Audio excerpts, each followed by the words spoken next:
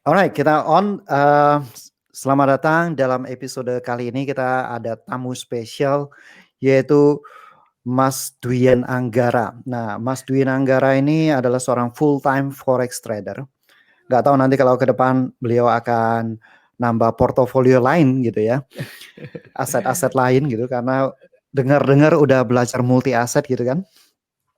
Oke. Dan buat saya personally tampang Mas Dwien, suara Mas Dwien itu udah nggak asing di telinga karena hampir semua videonya di YouTube itu sudah aku dengar semuanya, sudah aku tonton semua. Nah, Oke. so hari ini kita akan sama-sama belajar dari pengalaman dari Mas Dwien, bagaimana Mas Dwien approach kesuksesannya, bagaimana Mmm. menyeimbangkan kesuksesan dengan aspek-aspek lain ya. Karena Mmm. saya lihat Mas Dwien ini sangat menjaga kesehatan ya. Kita sama-sama ikut White Fit by the way gitu. Oh ya? Terus, ya saya sendiri juga vegan 23 tahun sudah. Oh, I see. Mhm mhm.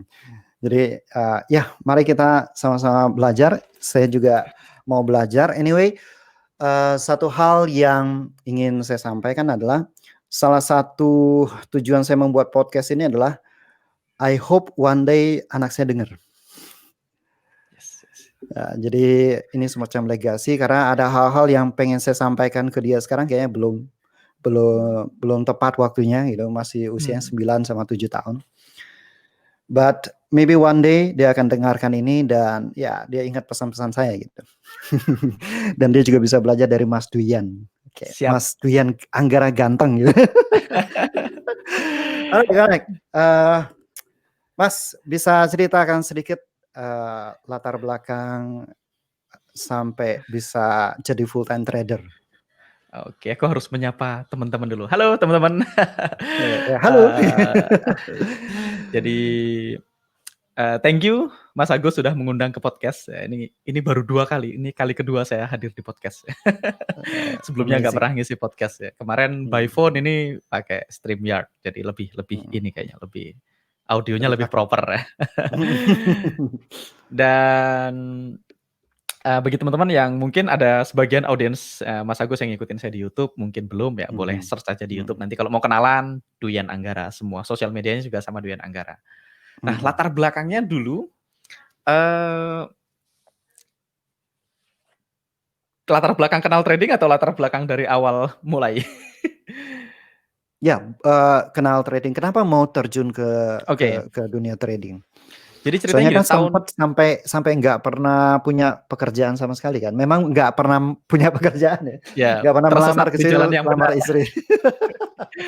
Iya, jadi tahun 2011 ya, 2011 itu saya masih kuliah. Jadi saya tamat SMA 2008, tamat SMA 2008 dan 2 tahun nganggur, nggak kuliah karena nggak punya cukup uang buat kuliah. Jadi ceritanya dulu, saya tinggal sama ibu, cuman sama ibu dan kakak saya yang cewek lagi kuliah, sedangkan saya baru tamat SMA dan kalau saya kuliah kasihan ibu saya harus membiayai 2 anak gitu. Karena kuliah kan Mmm.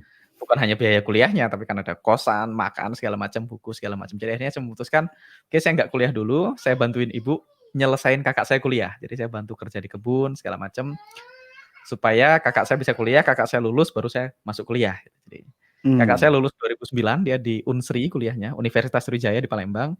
Terus Mhm. 2010 saya memutuskan merantau ke Jakarta. Nah, ke Jakarta, saya tinggal di Sumatera Selatan, di Lubuk Linggau. Lebih Lubuk tepatnya di Linggau? Desa Tebu Sempurna. Dari Lubuk Linggau masih 80 kilo sih. Ut Masuk lagi kebun sawit Mhm, yang jalannya mhm. jelek. Desa Mhm. Teguh Sempurna, Kecamatan Muara Klingi, Kabupaten Musirawas. Nah, 2010 saya ke Jakarta kuliah, baru kuliah 2010 jadi 2 tahun. Nah, tahun 2011 tuh masih kuliah, ada banyak penawaran investasi, Mas. Ada waktu Mmm. itu ada yang sangat populer namanya IA1, pernah dengar? Pernah Investasi pernah. Amanah 1, ada namanya Mhm. Master Soleh Suwaidi ST katanya yang ngajar trading. Konon Iya. katanya, menurut cerita, Mhm. beliau ini bisa profit 2000% per bulan. Uh. Ya, kita nggak tahu benar atau Ngeri. salah. Saya personally Heeh. saya juga nggak invest di IA1, tapi Oke. sebelum investasi Amanah 1, sebelumnya ada banyak investasi bodong juga yang mengatasnamakan trading forex. Kalau pernah Mhm. dengar tahun 2011 itu ada namanya Lexus Venture, Mmm, terus ada namanya Speedline. Speedline saya nggak ikutan. Mhm. IA1 juga nggak ikutan. Cuman, abis itu ada banyak lagi, ada namanya CTG gitu, pokoknya investasi-investasi bodong atau money game atau apa Mhm. istilahnya, Ponzi scheme atau high Mhm. yield ya, high yield investment Mhm. program gitu, Tapi yang Lexus-nya ikut? Lexus ikut. Oh, Lexus Eee, ikut, oke. Lexusnya ikut, terus dikatakan duitnya di-trading-in di forex. Nah, Mhm. setelah Lexus, bermasalah gitu ya, terus ada lagi yang paling heboh itu investasi Amanah 1, ngakunya trading forex dan semua orang bukan waktu itu banyak banget orang yang percaya dan invest gede-gedean, bahkan ada orang yang berani garansi segala macam lah, bikin program Mhm. macam-macam. Dan saya mulai Mhm. bertanya-tanya, oke, kalau seandainya forex itu dibilang investasi dan orang percaya, mesti ada something nih di forex.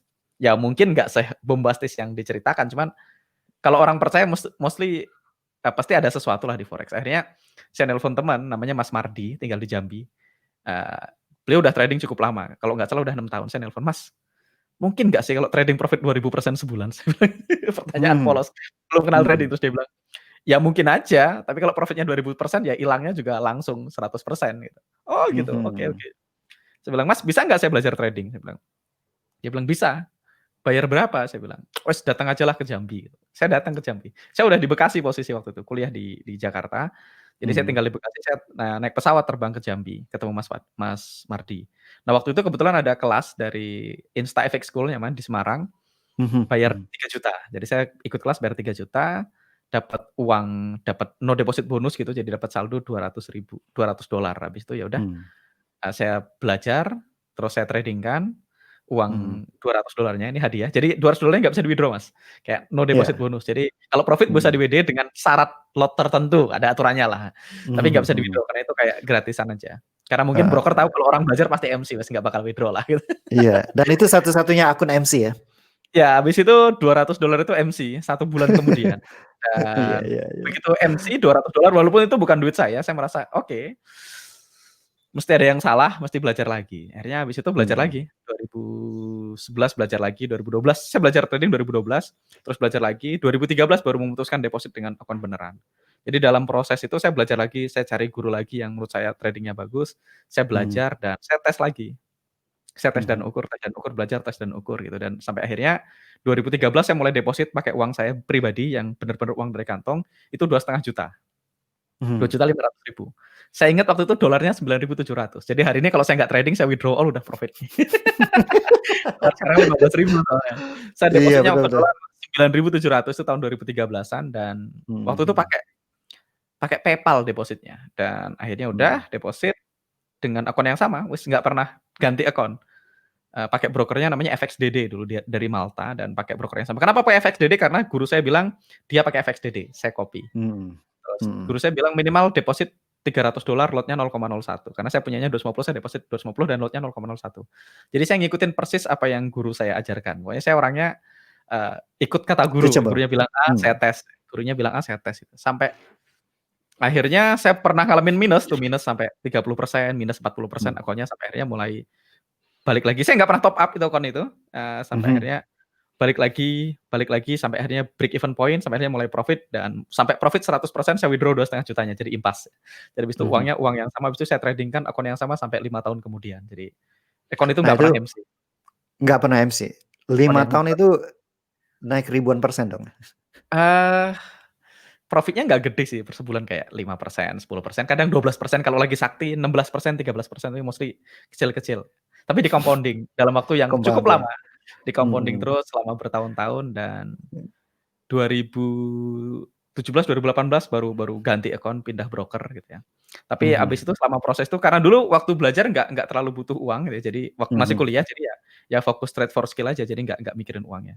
Dan yang menarik adalah beberapa guru saya yang ngajarin saya trading, udah berhenti trading.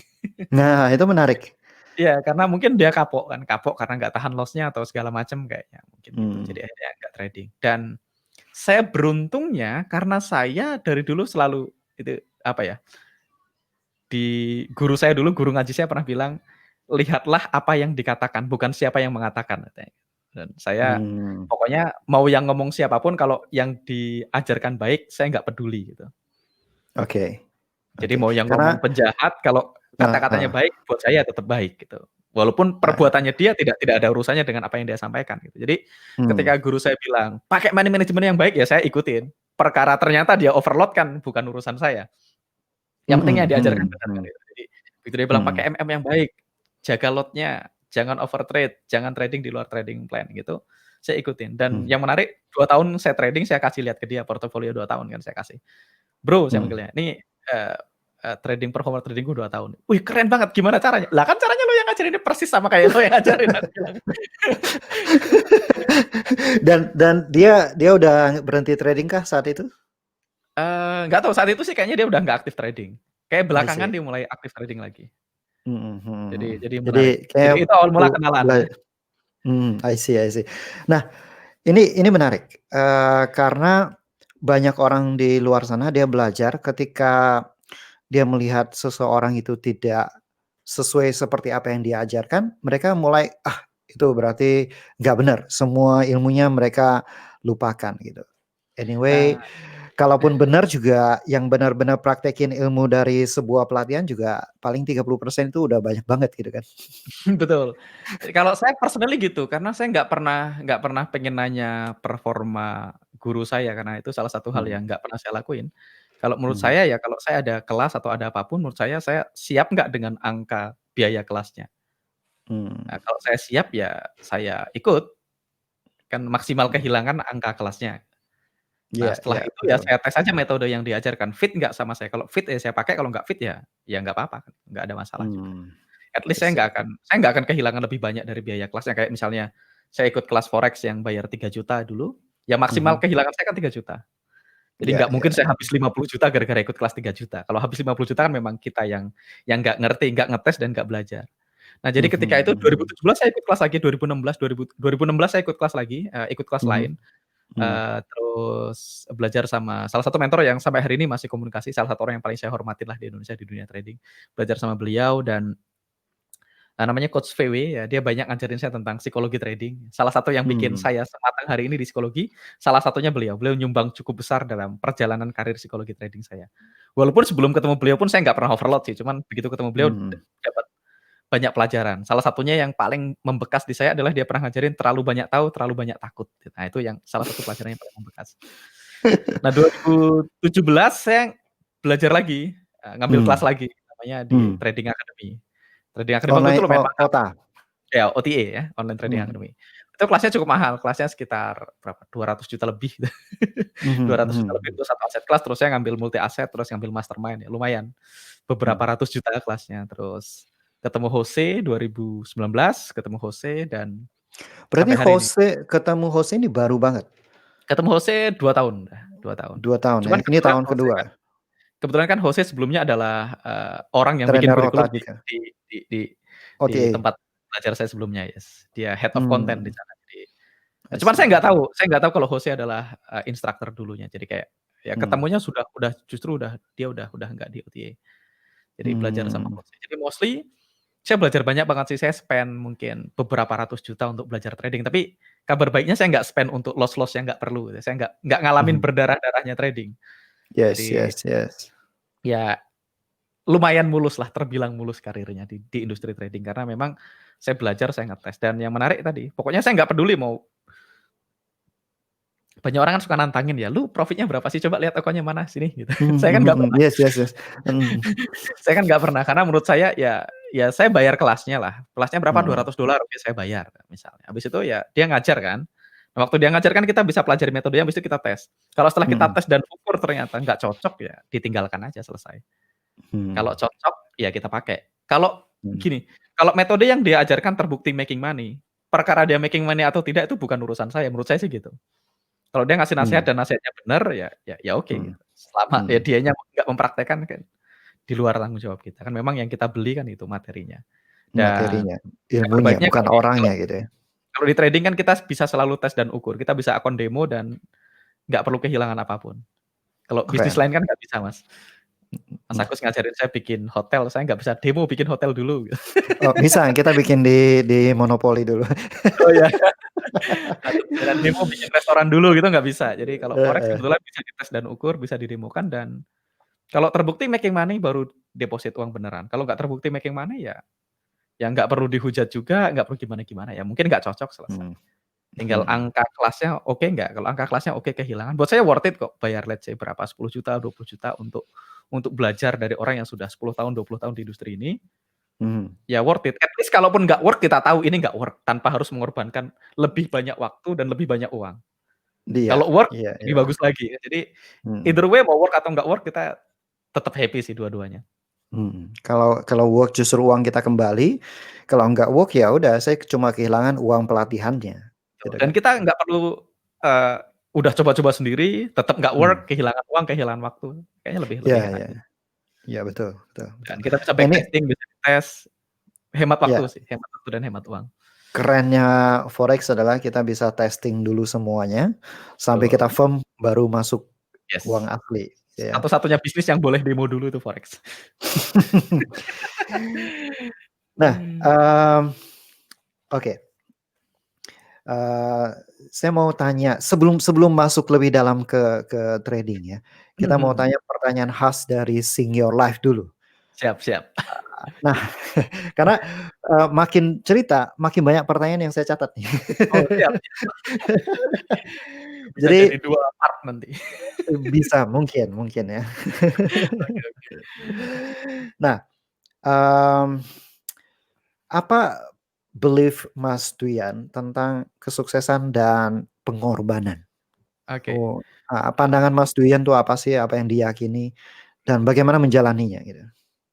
oke, belief pertama ya tentang sukses ya. Mhm Dulu, eee, belief-nya evolve, saya nggak ingat, saya dulu pernah punya keyakinan itu enggak. Kalau sekarang ya, sekarang saya punya belief bahwasanya sukses itu, apa ya, sukses itu adalah hak dasar kita. Jadi sebenarnya, eee, mhm soul kita, jiwa kita, atau mhm Tuhan itu menciptakan kita itu sebenarnya dengan abundance, dengan keberlimpahan. Artinya kita tuh personally, secara secara dasarnya kita udah berhak untuk sukses. Jadi kita mhm nih udah diciptakan, dilahirkan sukses. Fakta kita lahir aja kita udah sukses kan gitu.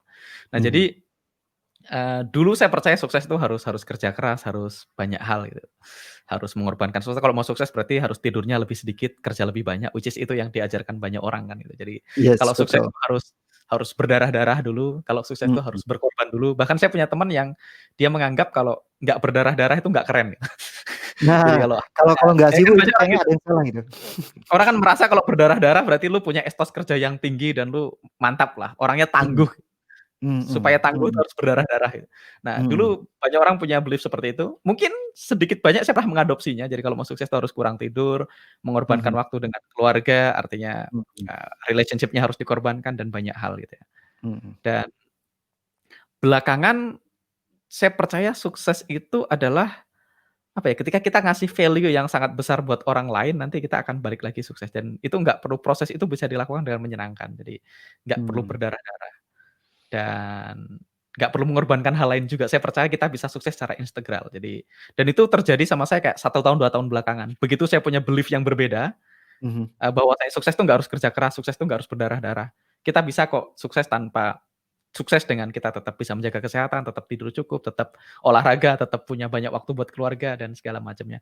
Dan begitu punya beliefs itu, kayak mhm. semuanya jadi shifting. Jadi saya nggak percaya dengan pengorbanan kayak misalnya, cinta adalah pengorbanan, enggak juga sih. Kalau cinta harusnya nggak merasa berkorban sih. Iya, karena kita memberi dengan sukarela gitu. Betul, harusnya kan happy-happy aja walaupun kata orang mungkin tapi nggak pengorbanan juga. Sukses juga menurut saya nggak perlu pengorbanan. Kita nggak perlu Mhm sacrifice anything untuk sukses. Jadi kita mhm bisa sukses dengan area yang lain juga ikutan bagus gitu. Justru ketika kita fokus sama area di luar ngejar kerja kerasnya kayak, area yang lain jadi ikutan membaik. Tapi kalau kita cuman fokus, apa ya, linear, suksesnya cuman mau sukses itu kan bagi sebagian orang kan yang dimaksud sukses itu kan cuman 2 hal ya, cuman karir sama finansial. Kalau punya duit, karirnya bagus, ya sukses. Sedangkan ada betul. banyak hal lain, kayak ada kesehatan, ada keluarga, Mhm ada intelijen kita, apa, mhm emosi kita, segala macam. mhm Nah, menurut saya kalau kita ngejar cuman parsial tadi, karir dan mhm kesehatan, nanti yang lain dikorbankan malah jadinya nggak sukses. mhm Ya saya percaya sukses ya bisa dicapai tanpa harus mengorbankan yang lain.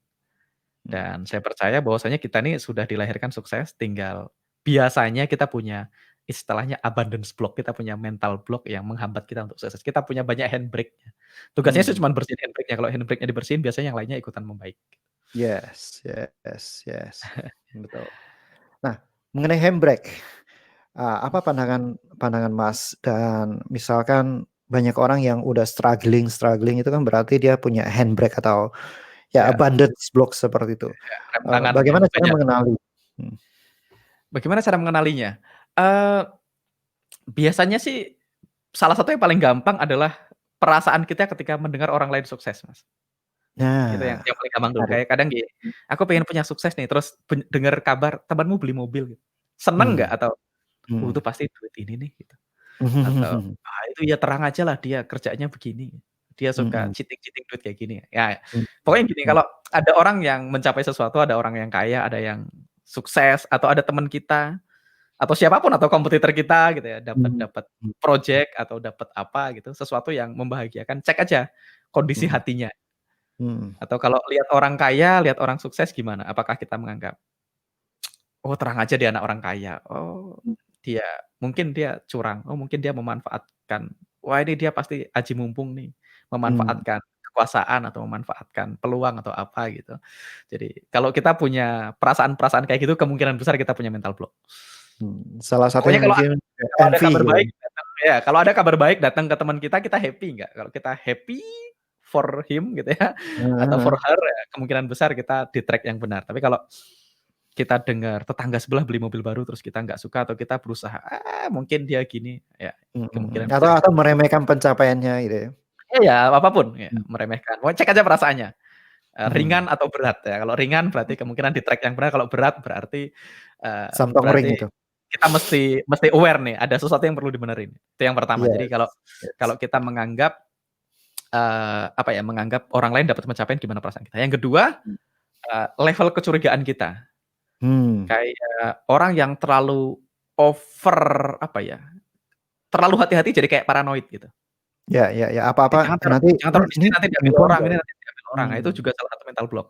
Karena orang punya program anti kaya dia. Kalau dia takut kalau dia kalau merasa dia dunia ini kaya, nggak aman, mhm, kalau dia kaya takut dirampok, dicuri gitu. Untung kita iya, nggak iya, kaya jadi nggak dirampok. Nah, itu tuh hati-hati. Jadi kalau kita cenderung tidak gampang percaya sama orang atau kita cenderung mhm, curigaan sama orang, kemungkinan kita punya punya handbrake juga. Nah, itu juga salah satu hal yang bisa diciri-ciri. Berikutnya apa ya, kalau kita merasa, hidup ini nggak adil sama kita, kok merasa mhm, Tuhan ini saya berdoa nggak pernah dikabulin, kok Tuhan rese banget sama saya. Nah, itu kemungkinan kita punya mental block. Kita merasa kok banyak hal ya, bukan hanya Tuhan ya. Kadang-kadang kalau kita heeh, punya mental block itu, kayak kita merasa pemerintah nggak fair, pemerintah ini kayak bikin kebijakan kayaknya cuman bagus untuk orang kaya doang, untuk orang miskin nggak mhm, bagus. Akhirnya kita mhm, merasa pemerintah nggak fair, kita merasa mhm. Tuhan kok nggak adil, kok merasa hidup ini nggak adil, itu juga salah satu, ciri-ciri kita punya mental block. Nah, 3 itu yang paling gampang dicek sih kayaknya. Betul, betul, dan kita mesti cek dalam diri masing-masing, bukan pas ketemu orangnya, I'm so happy for you," gitu ya, Iya, tapi di dalamnya lain gitu. betul. Pokoknya waktu kita dengar kabar, "Wah, temenku beli mobil baru," atau, "Wah, temenku Hmm, sukses." Karena saya punya temen yang kalau diceritain, dia itu nggak bener, itu pasti duit investornya." Ya walaupun duit mhm, investornya kan ya nggak apa-apa. ya, ya emang usaha dia juga gitu kan ya. Iya, makanya itu salah satu yang mungkin, oke kayaknya berarti punya mental block. Yes, yes, yes. Nah, balik lagi ke belajar nih, Mas. Hmm, Mas belajar begitu banyak metode ya, ini kecampur nggak sih? Apa metode nggak, apa? metode trading? Metode trading, selama dari tahun 2013, Mhm, 2012 benar-benar mendalami trading sampai sekarang, sekitar 7, 8 tahun ya. Begitu banyak betul. metode itu kecampur nggak? Sempet bingung nggak? Bagaimana membedakan Oh, ini dan itu gitu? enggak sih, saya punya topi yang berbeda, istilahnya gitu. Menarik. Mhm, Jadi mhm, ketika let's say saya punya strategi, namanya let's say saya punya strategi yang berbeda. Ketika saya trend follower, ya saya mhm, hanya cek trend-nya. Ketika saya mhm, counter trend di strategi yang lain, ya saya akan pakai ini topi counter trend, jadi saya nggak peduli sama trennya. Itu yang mhm, pertama. Yang kedua, kenapa nggak tercampur, karena saya fokus mastery. Banyak orang kan ragu nih, belajar dikit dikit dikit nanggung. Jadi kalau orang mmm, terlalu banyak tahu, tapi nanggung, biasanya nggak ngapa-ngapain. mmm. Biasanya terus gampang sentimen, gampang mengutuk strategi lain gitu, atau apapun Yes, kan. yes. Samalah Mhm, pokoknya mhm, kalau kalau ada 2 kelompok agama yang berantem di bawah, itu pasti pimpinannya kan nggak berantem, karena pimpinannya bener-bener mengerti esensinya mhm, kan gitu. Yang ribut kan di bawah-bawah mhm, yang nggak terlalu paham. Nah, Sama kayak Mhm. trading juga gitu, kalau kita belajar satu materi dan kita nggak terlalu paham, terus kita ganti lagi teknik lain lagi, ganti lagi teknik lagi, ya akhirnya jadi kolektor teknik dan cuman tambah tua aja. Nah, kalau saya mostly ketika saya belajar satu hal, ya saya tes dulu. Saya Sampai tes sampai master. dapat sampai mastery, sampai saya tahu, oh strategi ini nggak work jika kondisi kayak gini, strategi ini work best dalam kondisi seperti ini. Mhm. Nah, habis itu saya akan cek strategi ini work best dalam kondisi kayak gini, dia biasanya nggak work dalam kondisi kayak gini. Ya udah habis itu ya udah. Dan saya selalu memisahkan ketika saya pakai strategi A berarti topinya beda, seragamnya beda. Ini baju Mmm. counter trend, berarti seragam counter trend. Nanti ketika trend follower ya seragam trend follower. Saya nggak mencampurkan karena kan nanti bingung kayak eee, di sini buy, di sana sell misalnya. Walaupun Iya iya. sebenarnya sih nggak mungkin buy dan sell di tempat yang sama, di waktu yang sama sih. Iya, Karena pasti pada enggak. misalnya kita, saya day trader, misalnya Mas Agus long term trader gitu ya. Mas Mmm. Agus bullish, saya bearish, tapi kan nggak mungkin Mas Agus nge-buy di tempat saya nge-sell. Pasti nge-buy-nya Mmm. di bawah, nge-sell-nya saya di atas. Jadi Mhm. dua-duanya sih bisa work, dua-duanya. Karena toh kita pakai limit order terus ya. Yang kedua saya selalu tes dan ukur sih, selalu tes dan ukur. Jadi Selalu tes. ketika dapat metode baru juga dites. Ketika saya akan combine 2 metode dari 2 metode yang berbeda juga pakai data. Jadi saya Mmm. nggak pernah berubah strategi kecuali saya punya data yang sangat akurat dan dalam Mmm. jumlah yang banyak. Ketika saya punya Jumlah lima yang ratus banyak itu ya 300 sampai 500 posisi lah. Eee, oke. ya saya punya jurnal soalnya, saya punya jurnal dari pertama kali saya trading, terus saya biasanya buka-buka gitu ya. Oke, kalau Mhm. ini ditambahin ini, dan saya nggak bisa bilang, kan kadang-kadang gini, oke news misalnya, Mhm. kalau ada news di-cancel. Ada hari di mana kita cancel news selamat, ada hari gara-gara kita cancel harusnya TP terus jadi nggak TP. Nah kita Mhm. nggak bisa tuh gara-gara hari ini kita cancel gara-gara news, terus kita selamat, oh untung di-cancel, besok berarti di-cancel. Atau Mhm gara-gara mhm. hari ini kita nggak cancel ternyata TP. Mhm Berarti mhm. besok nggak usah di-cancel. Kita nggak bisa ngambil kesimpulan hanya gara-gara 2 atau 3 transaksi. Kalau saya Mmm. mundur ke semua transaksi. Kalau saya punya 300 transaksi, kalau saya setiap news saya cancel, ini yang terjadi. Kalau setiap news saya tidak peduli, ini yang terjadi. Nah, Mhm. begitu saya tahu angkanya, saya bisa putuskan, oke saya tidak peduli news. Nah, itu baru baru ngambil keputusan setelah itu. Mmm. Nah, kalau kita melakukan backtesting seperti itu, bagaimana menghindari kontaminasi hindsight? Hindsight dalam arti karena kita backtest ya, kita reply Mmm, chart-nya, sedikit banyak kita tahu, ini kayaknya ini SL ya, nggak usah dicatat kayak gitu ya. iya, ini kayak Excel nggak usah, "Oh ini bakal naik nih, ya udah saya masuk posisi, jadi saya benar nih," gitu. Bagaimana Eee, menghindari hal-hal seperti itu? iya kadang-kadang kita memang begitu sih, manusia memang suka aja kalau backtest terus profit. Ada 2 hal, satu Iya, backtest-nya bareng orang lain. oke. Saya backtest-nya bareng tim, karena saya punya tim 4 orang gitu, saya backtest bareng tim. Jadi saya nggak mungkin melakukan itu, karena malu Mhm. sama timnya. Iya iya iya iya, dijaga accountable. Iya, backtest-nya sama orang lain. Salah satu hal yang bikin ya belakangan sih saya punya tim semenjak 2018 ya, 2018, 2019 saya punya tim. Nah Mmm. itu salah satu yang bikin saya tetap tetap disiplin karena saya punya tim. Jadi saya nggak mungkin tidak disiplin di depan tim saya, pasti malu. Mhm Dan mhm akhirnya saya sangat disiplin dan tim saya juga ikutan disiplin karena dia nggak pernah lihat saya melanggar rule gitu. Jadi kita sama-sama mhm disiplin. Jadi kalau mhm saya supaya apa, supaya backtest-nya accountable tadi, supaya menghindari mhm tadi, ini masuk ya bareng sama teman berdua, mhm. backtest-nya berdua. Mungkin juga ada perasaan mau merasa benar gitu ya? Ya, nah itu saya nggak pernah merasa benar karena bukan saya yang benar, kalaupun benar kan saya cuman tester. Nah itu Kalau nonton menarik, video tester-nya saya nonton video itu sampai 3 kali, iya, ya dan karena itu insightful banget.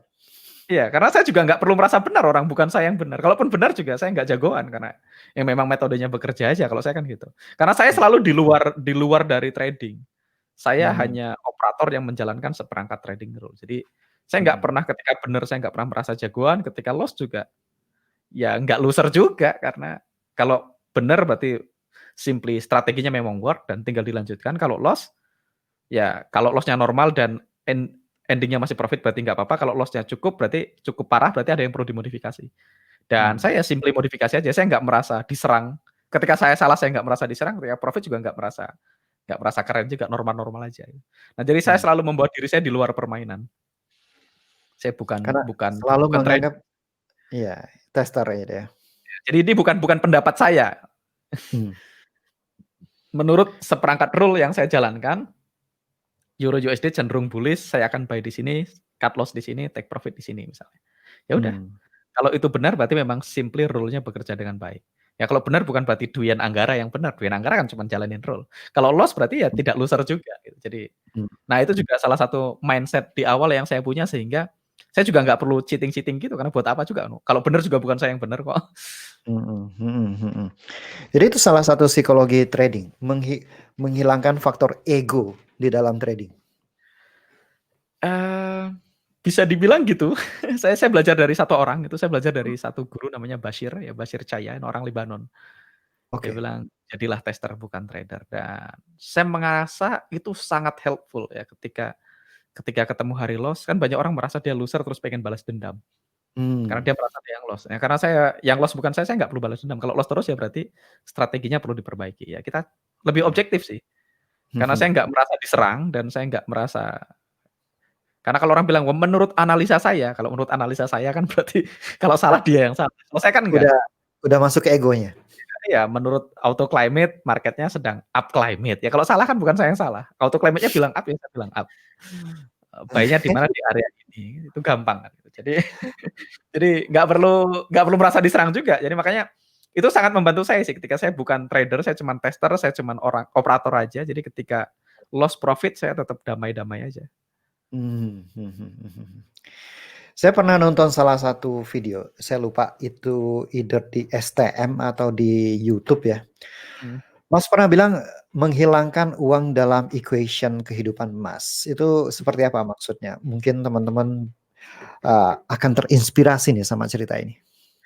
Jadi gini, dulu kan saya lahir dan dibesarkan di keluarga yang quote on quote menengah ke bawah lah, Mhm miskin mhm. lah bahasa ini awamnya. Jadi kakek saya ini di Purwokerto, lahir di Purwokerto, ibu saya lahir di Purwokerto di Banyumas, Mhm dan kakek nenek saya ini transmigran dari Purwokerto transmigrasi ke Sumatera, ke Lampung. mhm Nah dari Lampung ibu saya ketemu papa saya di Lampung, dua-duanya orang Jawa, papa saya Salatiga, ibu saya Purwokerto, ketemu di Lampung, menikah, begitu menikah, kondisi ekonominya tidak begitu bagus juga, akhirnya transmigrasi lagi, Mas. Daftar mhm lewat Jakarta, transmigrasi lagi ke Tugu Sempurna tadi, di Kecamatan Moraklingi di Musirawas. mhm. Nah, jadi saya ini transmigrasi kuadrat, 2 kali transmigrasi saya. Kakek saya transmigrasi, ibu saya transmigrasi. Dan Oke. sebagai orang transmigran ya kita dulu cuman dapat jatah, apa ya, dapat dapat tanah 2 hektar kalau nggak salah, dapat rumah papan gitu, terus dapat makanan, dapat jatah, dapat beras, dapat sarden, dapat ikan asin, ya dapat biskuit gitu ya, dapat roti. Mhm Bahkan waktu saya sekolah SD itu dapat jatah makanan. Takut gizinya mhm. tidak tercukupi, jadi dari pemerintah tuh dikasih susu nanti. Sekolahnya besok bawa gelas gitu, dapat susu. Besok bawa bawa sendok gitu, nanti dapat bubur gitu. Mmm, mhm Di mhm. SD di sana, saya SD di kampung banget yang nggak ada listrik, nggak ada internet, nggak ada apa-apa. Yang lampunya kaleng susu itu dicoakin gitu, diisi minyak tanah, terus Mhm mhm. dikasih kain itu, sumbu ya. Sumbunya Bahkan kain nggak gitu. ada nggak ada semprongnya. Jadi kalau kita belajar hidungnya hitam-hitam, terus rambutnya kebakar, baunya enak sih, bau rambut kebakar saya suka. Saya suka bakarin rambut. Saya besar dari keluarga yang transmigran, rumahnya tanah, lantainya tanah, bahkan saya nggak keluarga saya nggak afford untuk nyemen lantai rumah saya. Bukan Mmm. keramik ya, semen pun tidak. Mhm mhm Jadi mhm. dan saya tetap tinggal di rumah yang sama, rumah saya, rumah jatah transmigrasi itu sampai sampai tahun 2011. Mhm. Transmigrasinya tahun 91, jadi saya umur 3 bulan. Jadi rumah saya itu 20 tahun umurnya dan tidak direnovasi dan itu rumah papan. Jadi sudah Mmm. sangat mengkhawatirkan kalau hujan udah mulai bocor, pintunya udah mulai susah ditutup, harus diangkat gitu kalau mau nutup dan banyak hal lah. Pokoknya udah kayak mau roboh rumahnya dan saya berangkat dari keluarga seperti itu, di mana ya ngalamin, sekolah SMA nggak punya uang sama sekali gitu, di mana saya Mhm. harus minjem sama teman 10.000 buat makan, minjem Mmm. sama ibu saya 5.000 buat makan, itu SMA. Karena SMA kan saya di kota Lubuk Linggau, ibu saya di desa, di Tugu Sempurna 80 kilo dan tidak punya handphone. Mmm. Jadi kalau nggak punya duit juga nggak bisa ngabarin, "Bu, nggak punya duit nih tolong dikirim," nggak bisa juga. Jadi Mhm. ibu saya tidak tahu kapan saya kehabisan duit, saya juga nggak bisa ngomong ke ibu saya, nggak bisa ngirim pesan apa pun kalau saya nggak punya duit. Jadi sedangkan saya juga nggak tahu kapan ibu saya akan datang ngasih uang, jadi kadang-kadang kalau uangnya udah habis ya saya minjem sama teman untuk bertahan hidup, untuk makan, ya makan cuman sama nasi, sama kecap, sama kerupuk gitu, atau nanti ketika udah bener-bener nggak punya duit lagi dan kok kayaknya nggak dateng-dateng nih ibu, akhirnya saya minjem duit sama ibu sayur, saya pulang tuh, naik angkutan desa, harus pulang Oh. kan duitnya. Mhm. Harus jemput duit ya? Kalau kepanasan di jalan terus tahu-tahu ibu saya di Linggau kan itu.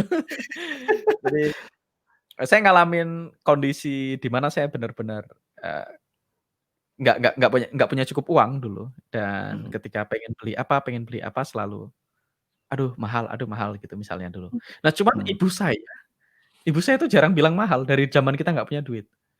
Nah ibu saya Mhm. selalu bilang, "Nggak apa-apa nanti kita beli 5 ya, nanti kita beli 3," nggak pernah bilang mahal walaupun kita sebenarnya sama-sama tahu kita nggak punya duit gitu ya.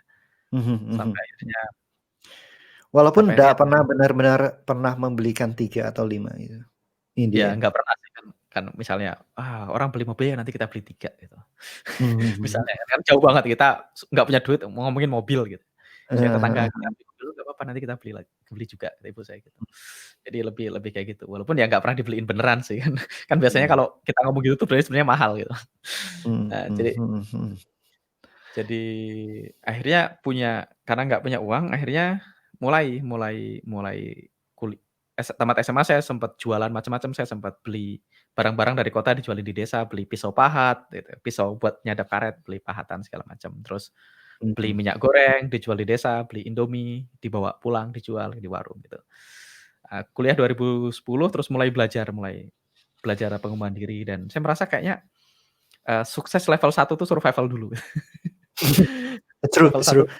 survival dulu, Mhm. survival dulu. Jadi kalau yang penting kita makan dulu lah, nggak usah ngomongin ego, nggak usah ngomongin hobi, nggak usah ngomongin passion dulu, yang penting selamat dulu kan gitu dulu. Mhm Level mhm. 2 itu ketika kita udah merasa, oke kita punya security, aman secara finansial gitu, kan struggle aman, kalau aman udah Ya. ya nggak lebih juga, tapi ya aman lah. Nah yang Mhm ketiga baru mhm baru mhm. kita boleh dibilang freedom, kita punya cukup uang untuk ngelakuin apa pun yang kita mau. Nah salah satu goals saya dulu, eee, adalah saya akan making cukup banyak uang, sampai saya nggak mikirin uang lagi. Mmm. Sampai, Mmm. uang itu bukan bagian dari equation. Kayak misalnya gini, kalau saya misalnya pengen kerja, pure karena saya pengen kerja. Nah, saya kan Mhm. bukan bilang saya nggak bakal kerja juga misalnya, atau ketika ketika saya pengen ngajar karena saya memang pengen ngajar, karena saya suka melakukannya. Jadi motivasinya bukan karena uang. Saya pengen uangnya tuh keluar dari equation, saya pengen mengeluarkan uang dari hidup saya. Artinya, ya nah untuk bilang uang nggak penting kan sebaiknya dirimu make enough money baru ngomong uang itu nggak penting. Orang yang bilang, "Uang bukan segalanya, uang nggak penting." Nah, kalau ngomong uang nggak penting itu sebaiknya dirimu udah making enough money untuk ngomong uang nggak penting ya. Betul betul. Kalau misalnya mau ke mana masih mikir, mahal nggak ya, harus diatur budgetnya, berarti itu money is still in the equation gitu ya? Ya ya belum berhak ngomong uang nggak penting. Jadi saya pengen, saya pengen making cukup banyak uang sampai uang itu bukan masalah buat saya. Jadi ketika saya udah nggak punya masalah dengan uang, saya akan ngelakuin apa pun yang saya suka. Nah, kebetulan yang saya suka satu belajar, bertumbuh ya. Saya suka Mhm. belajar, saya bayar kelas-kelas dari guru-guru terbaik di dunia. Kalau saya mampu dapetin yang terbaik dunia, saya akan belajar yang terbaik dunia. Kalau nggak mampu ya minimal yang terbaik di Indonesia. Jadi saya Mhm. belajar dari guru yang terbaik gitu. Salah satu hal yang saya suka, udah nggak mikirin duit kan gitu. Mhm mhm mhm. Mulai bayar kelas 30 juta, 40 juta tuh udah nggak mikir. Jadi kedua udah mulai ketika saya mau mau fokus sama kesehatan saya, ya saya fokus. Saya udah nggak mikirin, "Wah mahal kalau makannya gini," atau gimana. Jadi saya Yes. pengen, keputusan yang saya ambil pure karena saya pengen melakukannya Mhm dan bukan 100% karena uang. Ya uangnya tetap asik sih, cuman mhm. bukan uang only motivasinya, uangnya cuman akibat aja. Iya, Jadi kalau kita saya bisa kejar uang gini only itu jadi nggak happy tuh. betul, ya Mhm. tapi ya sebaiknya udah punya uang dulu sih.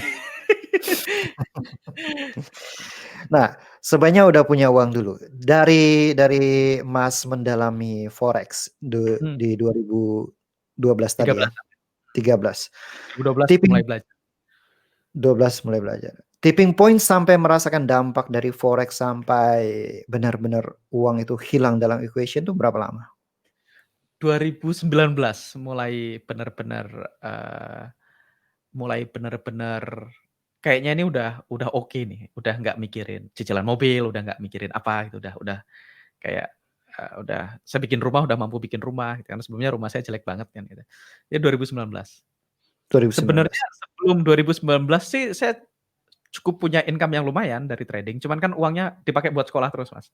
Mhm mhm mhm. Jadi saya nggak berhenti belajar, saya kayak dapat uang buat sekolah, dapat uang buat sekolah. Jadi kayak beberapa tahun di awal saya menikah, dari awal menikah sampai 2019 tuh kayaknya istri saya cuma dapat jatah secukupnya aja, yang penting dikasih uang buat belanja, buat beli Pampers, buat beli makanan buat anak-anak, selebihnya sih kayaknya nggak banyak sisa duitnya. Mmm. Jadi uang saya selalu reinvestasi buat belajar reinvestasi buat belajar. Saya spend ratusan juta untuk belajar tuh di saat kita juga nggak punya rumah yang layak gitu, Mas. Rumahnya ya jelek gitu, rumahnya jelek tapi saya udah spend ratusan juta. Walaupun I kalau see. uang belajar saya dapat rumah yang bagus harusnya kan, kalau saya habis 700 juta Ya. kan dapat rumah yang lumayan harusnya. Tapi saya Mhm mhm. dulu invest terus ke sekolah, Apa sama motivasi? akhirnya karena, eee, kalau harus betting ya I bet on myself gitu. Saya kan nggak mau betting di saham, betting di forex atau di Mmm. mana pun. Iya Seperti iya kalau iya. kata patung kan, saham nggak bahaya, yang bahaya adalah kegoblokan kita kan gitu kata patung. Betul betul betul betul. Jadi saya Ketika percaya saya tahun harus mhm. bet on myself dulu. Jadi sebelum saya invest ke uang, saya akan invest ke knowledge. Jadi saya pengen belajar. Kedua, ketika saya percaya ada orang yang berhasil melakukannya, mestinya ada caranya kan gitu. Mhm. Ya walaupun nggak banyak kan, ada sedikit orang yang berhasil sukses di forex, berarti caranya ada dan saya pengen Mhm. belajar. Jadi ya saya belajar, terus saya invest cukup banyak sampai akhirnya 2009 2019 tuh cicilan saya selesai semua, cicilan kelas, cicilan sekolah. Jadi 2019 baru kayak kayak uang-uangnya udah mulai longgar, cicilan sekolah. Karena sekolah kan saya nyicil, Mhm yang mhm. ratusan juta tadi saya nyicil. Sampai akhirnya Mmm. selesai dan 2019 juga itu adalah hari di mana saya dapat investor yang cukup besar. Saya trading untuk corporate 2019. Saya trading dana dari corporate dan dananya gede banget waktu itu untuk ukuran saya. Dari saya Mhm. trading dengan stop loss yang biasa-biasa sampai akhirnya sekali stop loss saya bisa hilang 1 expander gitu. Sekali SL bisa hilang 1 mobil gitu ya. Duit corporate sih, tapi lumayan kalau TP Mhm. juga dapat Pajero 1 gitu. Walaupun bukan duit Mmm. saya kan, Mhm. duit corporate. Cuman waktu itu kan dapat sharing profit yang lumayan, angka persentasenya Mhm. lumayan. Mhm. Jadi sekian persen dari profit saya boleh keep, sisanya, bagian si Si corporate yang punya investor. dana. Mhm. Dan waktu itu karena depositnya gede, ya lumayanlah kalau kalau sekali dapat Pajero, sekali TP kan ya, saya punya 1/5 Pajero kalau saya dapat 20% let's say kan. Sekali TP dan itu terjadi di Cukup 2019. cukup 5 TP itu 1 Pajero ya? Iya, 5 TP punya dia. Kalau saya kasih dia 5 Pajero, saya dapat 1 Pajero gratis kan gitu.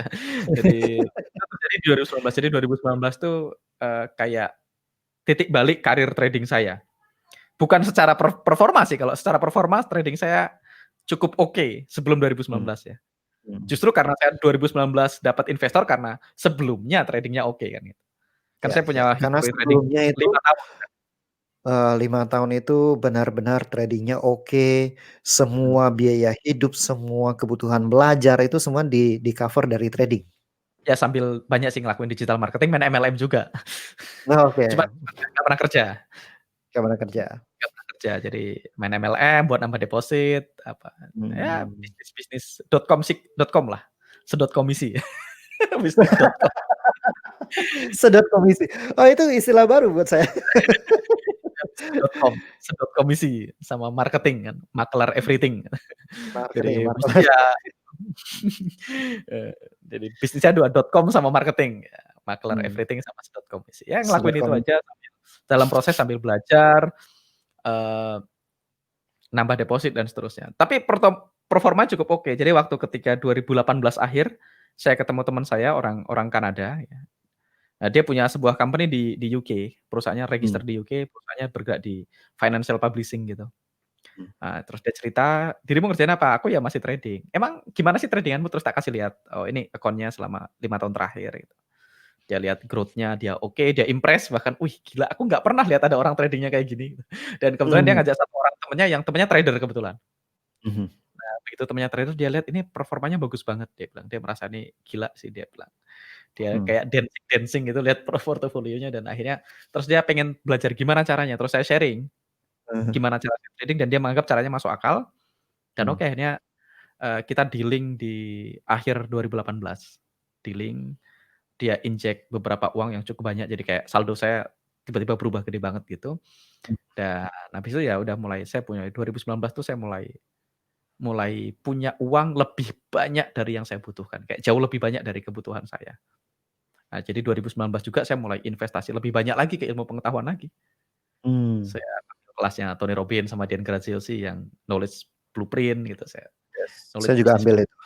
ambil ya KBB, terus apalagi pokoknya macam-macam lah, saya beli-beli kelas online kayak gitu, dan sampai hari ini saya masih belajar. Saya kayak dan 2019 kebetulan saya juga dapat akses ke kelas-kelas trading yang lebih bagus lagi. Saya dapat akses ke teman-teman yang hedge fund kayak saya dapat akses ke beberapa guru-guru yang memang sudah trading 30 tahun, sudah trading di floor gitu. Mhm mhm. Kita sempat bikin trading floor, manage dana cukup besar juga ya di Pondok Indah, dan akhirnya 2019 tuh bener-bener ya karirnya pertama dimulai lah. Ya dulu profit tapi ya cukup aja sih, kayak profitnya cukup buat bayar mobil, buat makan dan lebih dikit gitu ya. Buat Pas bayar ya? sekolah. Ya, pas mau beli BMW, pas ada gitu. Ya, itu 2019 ya, 2019. Itu 2019 saya 2019. mulai bikin rumah yang ditempatin hari ini nih 2019 dibikin. Mhm. Terus Ini di Wonosobo? Sorry? terus di Purwokerto, Oh, di Purwokerto. Purwokerto. Banyumas sih. Terus Banyumas. saya beli 2 mobil sebelumnya, saya Mhm. ada 2 mobil sebelumnya, terus itu juga dari trading, dan akhirnya udah, akhirnya saya memutuskan untuk ngajar di 2020 karena saya merasa, oke, saya udah merasa cukup bisa making money dari trading, boleh ngajar. Terus kedua 2019 saya ngambil sertifikasi untuk ngajar di Tradiktif dan lulus Mmm. certified instructor, jadi akhirnya ngajar. Sebelumnya kan banyak yang bilang, "Mas, bikin kelas dong, ngajar dong ngajar dong." Saya nggak mau ngajar Mmm. karena memang merasa belum layak ngajar waktu itu, Mas, saya belum cukup oke lah buat ngajar. I Jadi see. akhirnya ya seminar aja, paling saya seminar, ngisi seminar, kalau diundang ngisi seminar gitu. Tapi seminarnya kan kayak one day seminar, kayak cuman berbayar 200 atau 300 ribu buat ganti, eee, full day Cost meeting di venue. hotel ya, full day meeting, makan sama 2 kali coffee break, mostly juga segitu kan, 200, 300 ribu. Mhm. Jadi nggak sebelumnya juga sempat ngisi di MT5, forum-forum MT5, ngisi seminar 3 kali, itu juga nggak dibayar juga sih karena suka sharing aja. Bahkan Mhm. beberapa saya nggak klaim ongkosnya, bensinnya nggak saya klaim. Saya menyambung cerita ini, saya amazed sama, pandangan Mas. Dengar-dengar kan nggak pernah ikut komunitas apapun. Nah, prinsip apa yang Mulai dari dipegang trading. sampai sampai merasa bahwa, "Oh, komunitas ini nggak pas buat saya." Ep yang membuat prinsip seperti apa yang membuat Mas akhirnya sukses di forex, sukses juga di relasi, sukses juga sebagai parents ya, karena salah satu statusnya Mbak Liz kan dia selalu melihat dirimu tuh selalu memberikan all out untuk semua aspek kehidupanmu gitu kan. Nah, Ya, kalau prinsipnya main seperti all apa? out, kalau belanja all out, kalau kalau lagi main game ya all out gitu ya. Kalau lagi Heeh kerja heeh. juga all out juga ya.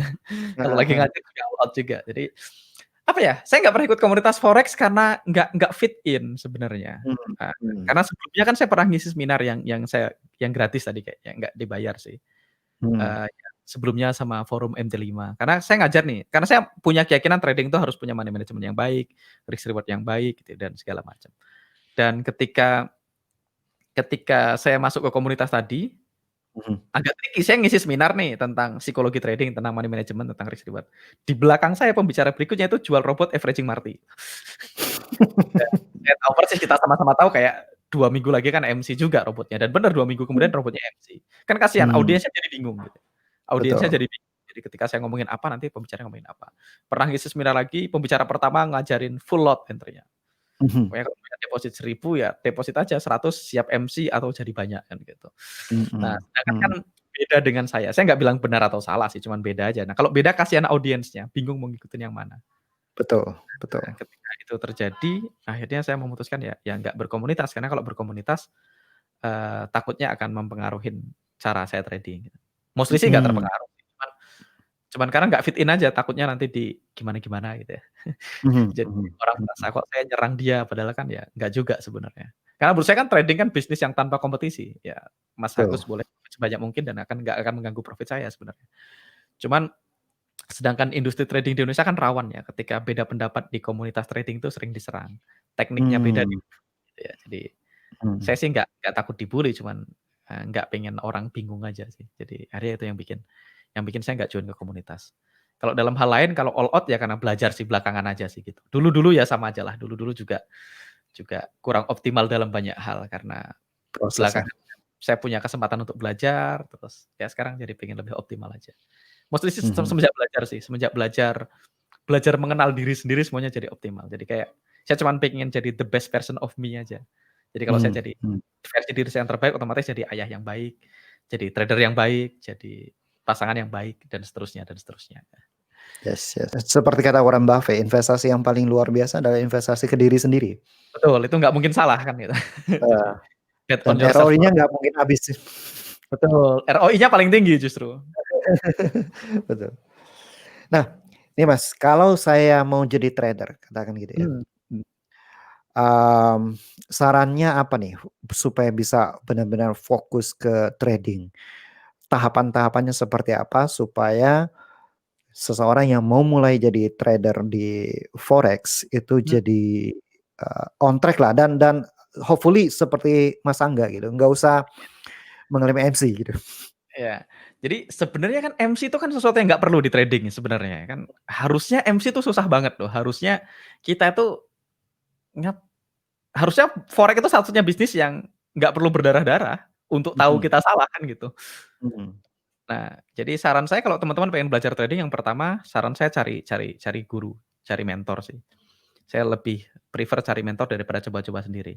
Karena kalau mhm, kita coba-coba sendiri kita tetap akan bayar anyway, kita bayar pakai waktu kita dan bayar mhm, pakai loss kalau pakai uang mhm, beneran. Jadi mhm, bayar pakai waktu which is lebih mahal, kedua bayar pakai loss which is sering kali lebih mahal. Saya sering orang curhat, "Mas habis loss 20.000, 30.000, 40.000 di forex dan mhm, seterusnya," dan mhm, tetap nggak ngerti caranya kan gitu. Jadi mhm, yang pertama cari mentor. Yang kedua, untuk cari mentor ini gimana caranya kan gitu. Gimana caranya cari mentor ya jadi aja pertama cek promosinya.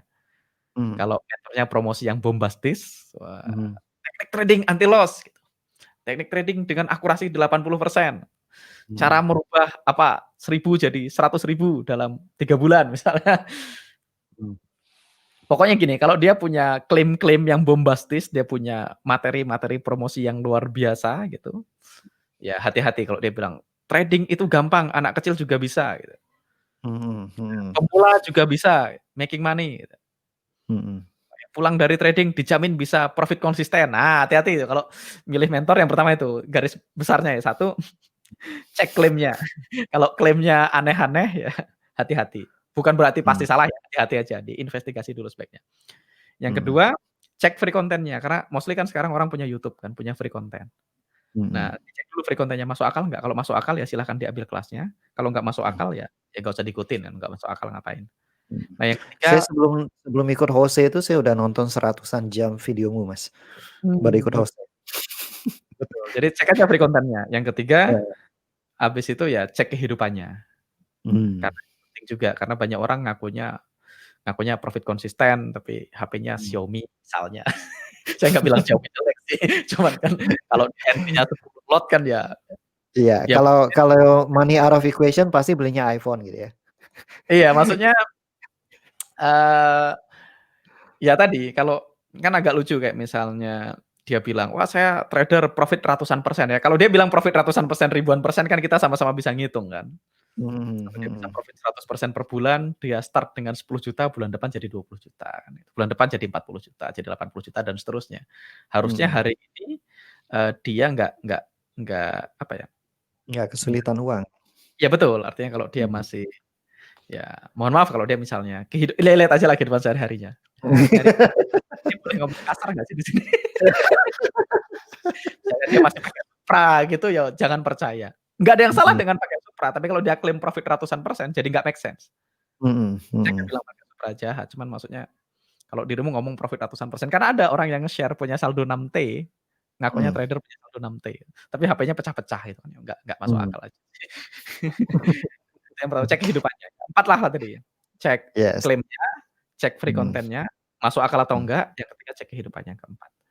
Nah, mhm. kalau ternyata kita sudah melakukan due diligence 4 ini, ya habis itu ikut kelasnya kalau memang menurut kita cocok. Nah, kalau Mhm, kita ikut kelasnya dan ternyata setelah kita due diligence kita udah hati-hati kadang-kadang kan tetap aja bisa bisa salah pilih guru. Betul Mas Agus ya? mhm. Kita Betul. udah hati-hati, udah ngecek ternyata tidak seperti yang kita inginkan, ya nggak apa-apa. Kan resiko terburuk adalah kehilangan biaya pelatihannya. Mhm, Jadi ketika dia ngajar ya kita perhatikan metodenya, habis itu kita tes dan ukur metodenya. Sampai kita tahu angkanya, kita tahu ekspektasinya. Jadi Yes. ketika belajar dari siapapun, dari buku, dari manapun, tugas kita adalah tahu ekspektasinya. Karena kalau kita Setuju. nggak tahu ekspektasinya, kalau kita nggak tes dan ukur, misalnya gini, saya belajar dari guru A, terus dia ngajarin satu metode. Saya Mhm. entry, ternyata 3 transaksi pertama TP semua. Mmm. Terus Saya langsung nggak ambil tahu tuh, kesimpulan? wah ini strategi mantap luar biasa kan, waktunya jual Heeh. rumah kan, waktunya ganti BPKB mobil, misalnya. Akhirnya Mhm. berakhir tidak bahagia, berakhir kecewa karena mindset-nya salah. Mmm. Atau kita baru ngetes satu metode, 3 transaksi pertama SL semua terus kita berhenti. Mmm. 3 transaksi pertama SL semua terus kita berhenti dan nggak dipakai lagi dan padahal ternyata strategi itu work, kan kita nggak pernah tahu. Jadi at least kita punya 100 posisi. Kalau kita 100 posisi dan kita tahu, oke, strategi ini punya win rate 55% di 1/1 atau misalnya 1/3 win rate-nya 33%. Ya berarti kita tahu kalau win rate-nya 33%, 3 SL itu normal, 3 TP juga normal. Mhm. Ya ketika kita udah tahu angkanya, ya baru kita bisa memutuskan, kita bisa pakai uang kita atau enggak. Nah, penting banget itu bukan hanya metode yang dites, yang dites adalah metodenya kalau kita yang menjalankan, Mas. Mmm. Jadi, misalnya Mas Agus ikut kelas A, berarti bagaimana metode ini jika Mas Agus yang menjalankan, bukan metodenya, karena metode yang sama di orang lain bisa jadi bekerja karena dia punya waktu lebih banyak mungkin, Mmm. karena dia disiplin, Mmm. karena dia ngecek chart-nya sering. Ada metode yang nggak cocok buat orang yang nggak punya banyak waktu di depan laptop, ada metode yang lebih cocok untuk orang yang swing, kan beda-beda kan itu. Betul betul. Makanya mesti dites, apakah metode ini bekerja jika saya mempraktekkan.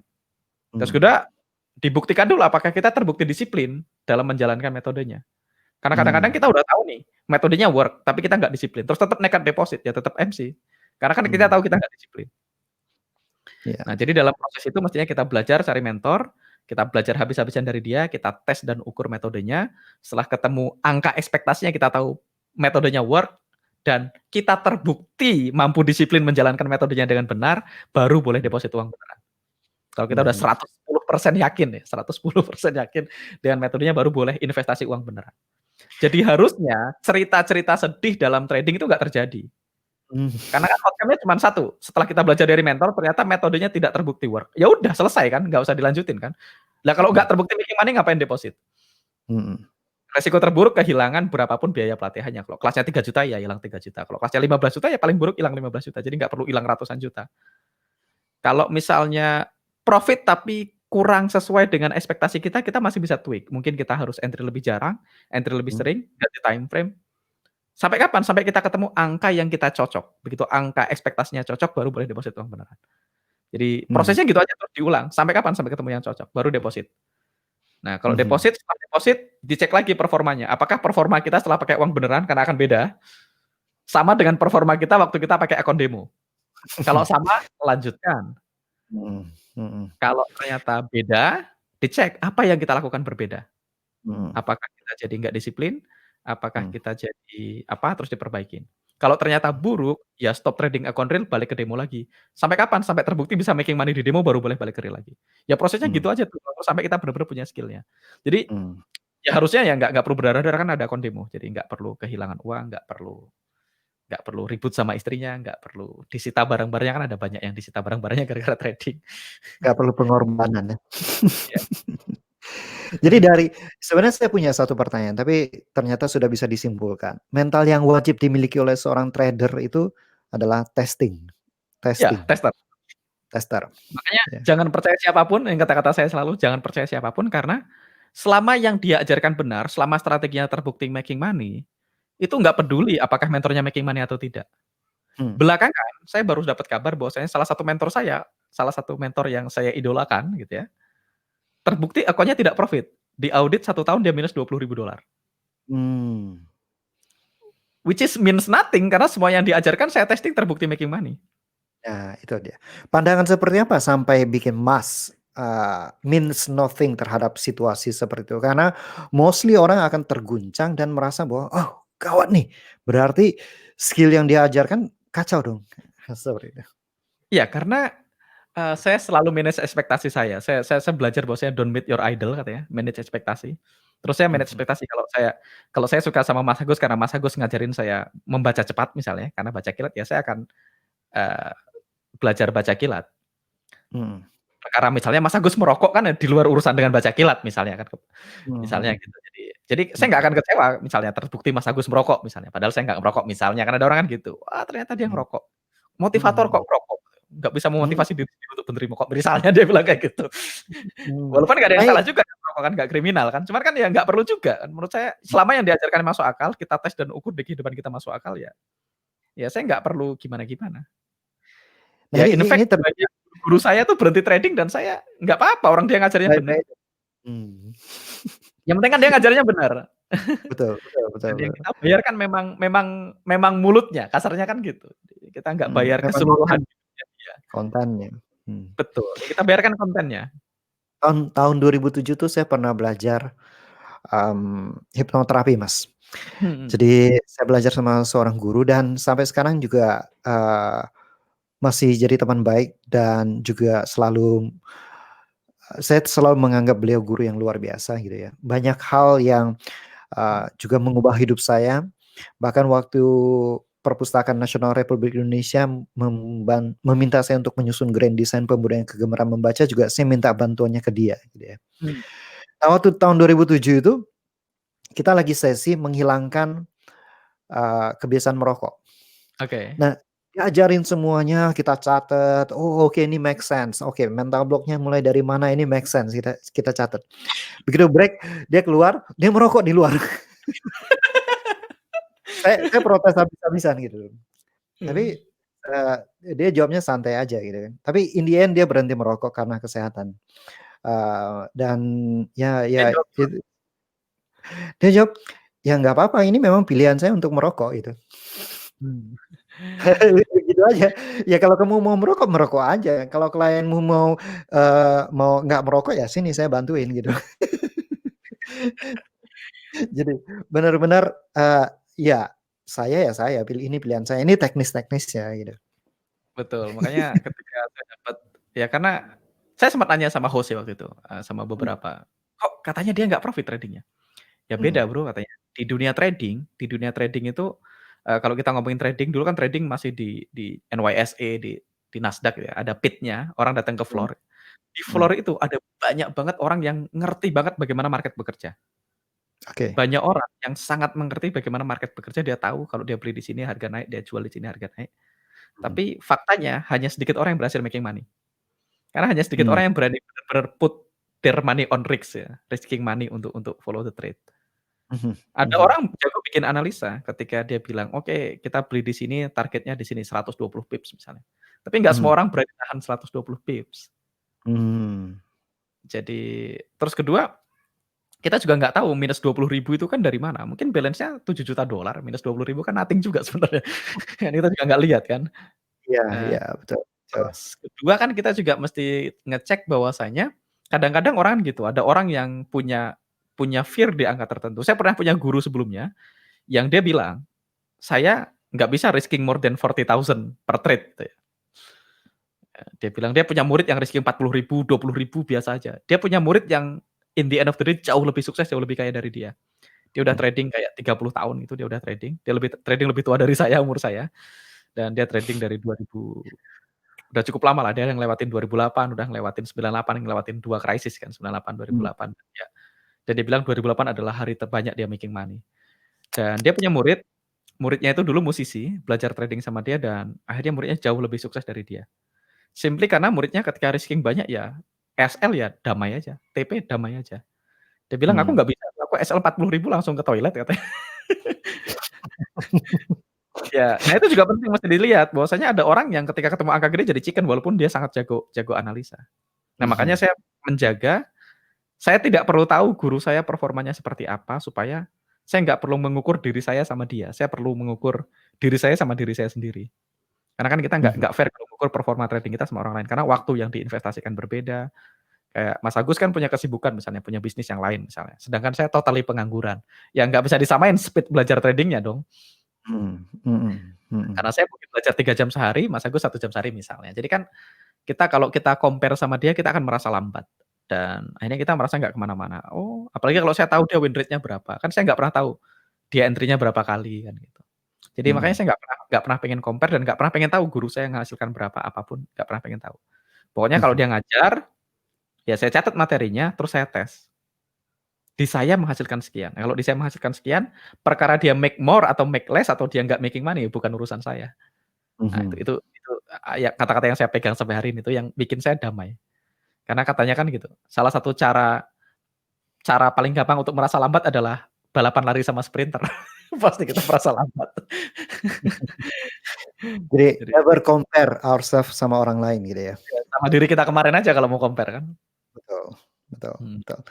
Nah, ini salah satu hal yang mencerahkan saya banget waktu kelas STM itu, Mas Mhm. cerita tentang rule tidak terbaca. Yes. Nah, Itu saya soalnya, belajar dari Coach VW namanya, dari Coach Bogi dulu. saya waktu kakak saya trading di forex itu saya selalu tanya dia, karena saya sangat tertarik sama forex gitu kan. Mhm. Saya tanya dia, "Gimana kamu sejauh ini gimana?" Dan lain-lain. Tapi selalu jawabannya tuh, gantung-gantung gitu. Jadi saya sendiri pun jadi kepo gitu kan. Makin makin nggak dapat jawaban makin kepo gitu. Mmm. Dan saya juga pernah ikut, komunitas trading tertentu dan ikut PAM juga, saya invest money di situ dan kita bisa pantau pergerakannya seperti apa. Nah, eee, kok begitu dia trading punya dia kok bagus ya, pas di PAM kok dia jadi jelek, bahkan kita loss semua money di situ. In the end kena Mhm. margin padahal, di satu momen, satu transaksi itu sudah untung hampir 100.000. Oh. Udah tinggal diambil doang gitu, tapi dia nggak ngambil, akhirnya, kita margin call. Nah, dari situ, eee, ada hal yang terus-menerus saya cari tahu, kenapa kok bisa seperti itu, psikologisnya kenapa gitu kan. Sampai di kelas Mas itu tentang, Mas bahas tentang rule tidak terbaca, itu benar-benar menginspirasi saya. Nah, bisa nggak Mas cerita singkat, rule tidak terbaca kenapa itu begitu penting dalam trading ya, mungkin juga dalam kehidupan gitu ya, Betul. sampai bisa benar-benar damai, konsisten sama rule-nya kita gitu. Ya karena gini, kalau kita terbaca akan menciptakan persaingan yang tidak perlu dan ego-ego yang nggak perlu. Kayak misalnya Mmm, gini, saya punya teman yang belajar trading bareng, saya nggak pernah tahu saya nggak pengen tahu balance-nya dia dan saya juga nggak pengen ngasih tahu balance-nya saya. mhm, Saya nggak pernah pengen tahu balance-nya orang lain, saya nggak pernah pengen tahu ngasih tahu balance-nya saya. Kayak saya nggak pernah pengen tahu performa orang lain, saya juga nggak pengen nge-share performa saya. Karena, ya kita mesti akuin kita ini manusia, manusia itu kita suka dipuji orang lain, kita menghindari kritik. Kita kan mhm, ahli menghindari kritik lah pokoknya, mhm, kita sangat ahli menghindari kritik, otak kita tuh salah satunya kita pengen menghindari kritik. Dan kalau kita suka pamer-pamer performa, ya pamer-pamer portofolio tidak pada tempatnya, kayak banyak orang di grup Facebook gitu ya, kita tahu pamer-pamer biru-biru ya, screenshot hijau-hijau, screenshot TP, screenshot, entry dengan lot yang nggak sehat gitu ya, entry mmm, 2 lot gitu. Padahal mmm, kehidupannya tidak seperti kehidupan 2 lot kan gitu kan misalnya. Ya mhm, kenapa orang suka pamer-pamer kayak gitu, pertama, pamer-pamer tadi bikin kita jadi kecanduan. Karena mmm, like Instagram itu bikin kecanduan, komen-komen Facebook tuh, "Guru terima aku jadi muridmu," itu ada orang yang suka dan kecanduan. Kalau mmm, kecanduan kita pengen melakukan terus-menerus dan itu kayak narkoba aja nanti. Jadi kita mhm, pengen melakukan itu terus-menerus dan nggak ada gunanya juga buat kita. mhm, Kedua, eee, itu akan gini, kenapa tadi yang trading pump tadi, kenapa biasanya ketika di-follow orang trading-nya nggak bagus, karena dia ketika di-follow orang, orang jadi tahu performanya dia. Ketika mmm, tahu dia jadi pengen terlihat bagus di mata orang lain. mmm, Jadi pilihannya 2, either jadi terlalu hati-hati gitu ya, yang nggak entry takut SL karena kalau SL sendiri ya baik-baik aja, kalau SL, "Oh Mas SL ya?" Terus jadi merasa nggak keren di depan orang kan gitu. Jadi jadi akhirnya jadi terlalu hati-hati, kalau terlalu hati-hati jadi, tidak objektif lagi juga nanti kan, entry-nya jadi mhm, terlalu hati-hati. Harusnya entry kita masuk, kita nggak masuk ternyata profit. mhm, Nah, berikutnya kadang-kadang kita juga nih pengen mempertahankan rekor kayak kayak misalnya saya hari ini punya transaksi 5 TP semua misalnya. Kalau orang mhm, tahu saya TP semua, saya akan merasa lebih keren dari biasanya gitu, terus saya cenderung berusaha mempertahankan rekor saya TP terus. Saya punya 10 transaksi TP semua mhm, berturut-turut, berarti saya cenderung pengen mempertahankan itu, which is nggak sehat kan. Wah, udah nggak perlu lagi kan itu perasaan-perasaan yang nggak perlu. Makanya saya nggak pengen terbaca dan kedua saya belajar ternyata guru-guru di luar sana, orang-orang di luar sana itu mereka selalu berusaha tidak terbaca. Para trader-trader kelas dunia itu mereka nggak pernah terbaca. Kayak Livermore gitu ya. Dia bilang dia menghindari hingar-bingar, dari Wall Street gitu, dia menghindari, dia pakai nama palsu gitu, dia trading pakai Mhm alamat palsu karena dia pengen pengen nggak terbaca. Nah, nggak mhm terbaca itu dalam 2 hal, karena saya nggak pengen tahu performa orang lain, otomatis, eee, saya nggak pengen niru-niru cara orang lain yang tidak teruji. Karena kalau kita misalnya join-join, kenapa salah satu alasan saya nggak ada di banyak grup-grup komunitas trading.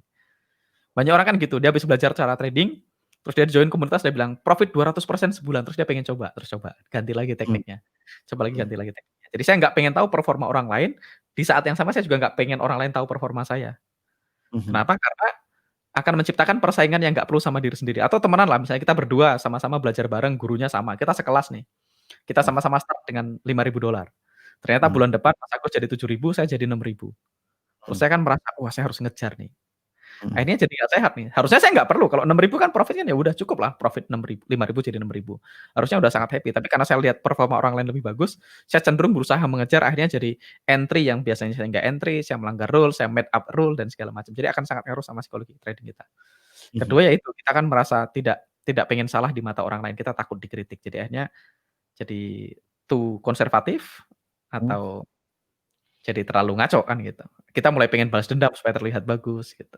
Ketika mhm loss kita pengen berusaha balikin loss-nya gitu. Jadi hal-hal kayak gitu yang bikin nggak perlu, dan itu makanya saya nggak berusaha untuk tidak terbaca. Jadi tidak terbaca itu saya tidak pengen tahu portofolio orang lain, dan saya nggak pengen pamer-pamer portofolio di Facebook, di Instagram yang nggak perlu gitu ya. Jadi Ya, itu yang karena dunia trading banyak sekali meminta hal seperti ini kan. mhm mhm. Makanya kalau orang nanya, "Mas, mana coba akunnya? Coba kasih lihat," gitu ya. Ya saya Mhm. bilang, nggak ada poinnya juga ngasih lihat, kecuali sampean mau nitip $3 juta ke saya, ya bolehlah gitu, buka portofolio. Ketika Waktu ada itu investor di itu ya lihat portofolio kan. iya. Ketika tahun 2015 kan dia invest karena dia lihat portofolio kan, bukan karena kenal saya kan gitu. Nah, Mhm tapi pada mhm akhirnya kalau cuman, apa ya, kalau cuman buat sombong-sombongan, buat keren-keren, buat apa? Kalau cuman ngetes, "Mana coba lihat gini gimana trading-nya," ya buat apa? Toh metode mhm trading saya kan public, saya share di YouTube, ya tinggal dites aja kan. Kalau nggak mhm terbukti gimana ya tinggal nggak usah dipakai kan gitu. Kalau terbukti mhm ya tinggal dipakai, sesimpel itu sih. Dan nggak perlu tahu juga kan saya profitnya berapa persen sebulan, win rate saya berapa. Karena kalau tahu win rate saya ketinggian nanti jadi demotivasi. Wah, kayaknya iya. nggak bisa tinggi itu. Atau Mhm terlalu rendah terus jadi, wah ternyata cuman segitu doang kan, nggak ada gunanya juga. mhm. Mendingan kita ngukur sama diri sendiri. Nah, itu kalau kalau kita sama orang luar atau sama teman gitu, Mas. Kalau Mhm. suami istri sama-sama trading, what happen? Karena itu saya pernah tanya di kelas, tapi Mas juga jawabnya sekilas itu. Nah, Ya, ini istri saya suami, juga tahu balance istri saya. kenapa? Istri saya juga nggak tahu balance saya berapa. Iya, tapi kan dia nggak trading atau dia trading juga? Nggak. Nah, dia nggak. Kalau trading Kalau lebih lebih tidak perlu tahu lagi. nah, kalau sama-sama trading apa tipsnya? Kalau sama-sama trading ya fokus sama plan aja sih. Kalau mau Mhm diskusi plan boleh, kalau mau mhm diskusi trading plan boleh, tapi tetap nggak perlu saling tahu balance-nya berapa, profit-nya berapa. mhm. Itu tetap pengaruh. Karena kan Tetap misalkan nih, kita pengen misalkan terlihat Mbak Lis keren di depan istri kita ya. iya, apalagi Nggak suami perlu gitu juga. kan. Nah, misalnya Mbak Lis trading gitu kan. Mhm. Terus tiba-tiba di ulang tahunnya Mas Angga gitu, bulan Juni, dibelikan mobil baru gitu. "Wih, kamu dapat uang dari mana ini?" Itu kan, bagaimanapun saling nggak terbaca pun suatu hari juga akan tergali-gali juga gitu. Loh, kan tidak terbaca 100% Mas, kalau sesekali kan boleh. Mmm, Sesekali cuman ya kadang-kadang saya juga share kok, kayak, bulan April lalu saya sempat share sama istri saya, "Oh, saya mhm sebulan dapat sekian," gitu. Terus mhm. begitu dia lihat dia langsung pengen ikut Survival to Mastery. Nah, bulan itu kayak saya kayak, eh, gede banget sih. Good. Ya, salah satu yang terbaik ya. Ya bukan yang nomor satu sih, tapi di tahun 2020 ini April salah satu yang terbaik saya making. I see. Sangat gede ya. Ya punya win rate yang sangat tinggi di bulan April, dan Itu kadang-kadang dengan saya best rule. ya rule-nya sih rule saya ya, DA trade ya. Mhm mhm. Nanti di-share ya. Teatre. Iya iya, siap siap. Oke, nanti DA malam trade dong. kasih nama sendiri soalnya. Siap siap. Oke. Nah, so ini terakhir nih, oke. Boleh boleh. Apa, apa saran Mas untuk supaya pendengar-pendengar Sing Your Life ini bisa mensinkronkan kehidupannya? Apa yang harus diprioritaskan dulu? Apa yang harus diprioritaskan dulu itu mesti ditanya sama diri kita tuh, apa yang Mmm, harus diprioritaskan dulu. Jadi, salah satu hal yang saya pelajari adalah belajar dulu apa yang penting buat hidup kita. Tanya ke diri kita, mhm, apa sih yang paling penting? Karena mhm, kalau kita tidak tahu apa yang penting, nanti kita jadi bingung waktu ngambil keputusan. mhm. Saya pernah nulis story, "The most important thing is to keep the most important thing, the most important thing," kan gitu ya. Jadi, ya itu kan, the most important thing is to keep the most important thing, the most important thing. Jadi, hal pertama justru yang harus kita bahas sebelum kita ngomongin mau sukses, mau segala macam, ya kita mesti ngasih ngasih arti-arti yang sadar dalam kayak tadi sukses adalah pengorbanan, sukses penuh Mhm, perjuangan itu juga harus dibahas. Salah satunya mhm, juga mulai dites, apa yang paling penting buat hidup saya? Kita mesti mmm, mulai ukur dulu misalnya, mana yang penting, keluarga sama karir penting mana? mmm, Dicek dulu. Misalnya pekerjaan, keluarga, kesehatan penting mana? mhm, Uang penting mana? Ya, jadi dibikin urutan dulu. Jadi kita bikin berapa kategori di hidup kita misalnya relationship, spiritual, mhm, emosional, terus mhm, karir, mhm, finansial, quality of life gitu ya. Quality of mhm, life itu nginep hotel bintang 5, mobilnya seperti apa, terus kita misalnya pendidikan kita, terus parenting, hubungan sama anak, ya kita bikin list kategori-kategori. mhm, Habis itu dari kategori tadi yang pertama yang kita mesti, bahas adalah mana yang paling penting dulu, diaduin dulu satu sama lain. Kayak mhm. relatif strength and weakness Mas, diaduin mana yang paling kuat versus yang paling lemah. Nanti Yes, diurut yes. akan ketahuan yang paling penting buat saya apa gitu. Mhm, mhm, Kayak saya mhm, salah satu value saya yang cukup tinggi adalah kesehatan. Sekarang ya, mhm. dulu kan berubah-ubah, value boleh berubah. Yes, yes, karena Ya, kesadaran kita berubah. ya value boleh berubah. Terus habis kesehatan baru keluarga misalnya. Ada orang yang Mhm, keluarganya lebih penting dari pekerjaan, ada orang yang pekerjaan lebih penting dari keluarga. Nah, kalau kita masih belum tahu mana yang lebih penting, ya kita akan bingung kan gitu. Ketika kita mengambil keputusan jadi susah. Nah, saya ini termasuk agak simpel ngambil keputusan karena saya tahu risk reward-nya jelas. Jadi ketika misalnya kita harus memilih antara karir sama keluarga. Nah, kita nggak usah berpikir ulang ketika kita sudah memutuskan dari awal mana yang lebih penting. mhm, Di value kita kan, value orang boleh beda-beda kan gitu. mhm, Kayak mhm, karir sama kesehatan penting mana? Nah, misalnya karir sama kesehatan penting mana? Itu juga mesti dibahas dulu, justru difikirkan dulu sebelum kita memikirkan yang lain. Karir sama betul. kesehatan penting mana? Supaya kita tahu nanti, misalnya ketika dapat telepon, "Kalau lu nggak berangkat ke kantor gitu, ini tak pecat," gitu. Sedangkan di sisi Oh, lain, ya. "Kalau lu berangkat mati nih," kata dokternya gitu misalnya. Nah, kita kan nggak bimbang memilih kan, karena kita udah tahu mana yang lebih penting. Kalau kita udah tahu Mhm, karir lebih penting, ya kita berangkat pasti kan. Kalau kita tahu mhm, kesehatan lebih penting, ya pasti kita nggak berangkat. Jadi itu akan mhm, mempermudah. Jadi yang pertama, tugas kita adalah tahu dulu mana yang lebih penting. mhm. Habis itu Value. kalau saya value kita mana yang lebih penting. Habis itu saya biasanya mulai mendesain premis saya dengan sadar. Premis itu menciptakan belief nanti soalnya. Mhm, mhm, Premisnya dengan sadar kayak misalnya, eee, ya kayak keyakinan dasar kayak saya percaya tubuh saya bisa ngobatin dirinya sendiri kalau saya sakit. mhm, Nah, ketika saya punya premis, saya akan mulai mulai punya belief yang sadar kayak saya punya belief bahwasanya saya punya kontrol terhadap apa yang saya pikirkan. Nah itu kan dibikin dulu belief-nya, premisnya. yes. Kayak tadi, kalau mau sukses harus kerja keras kan itu premis nih.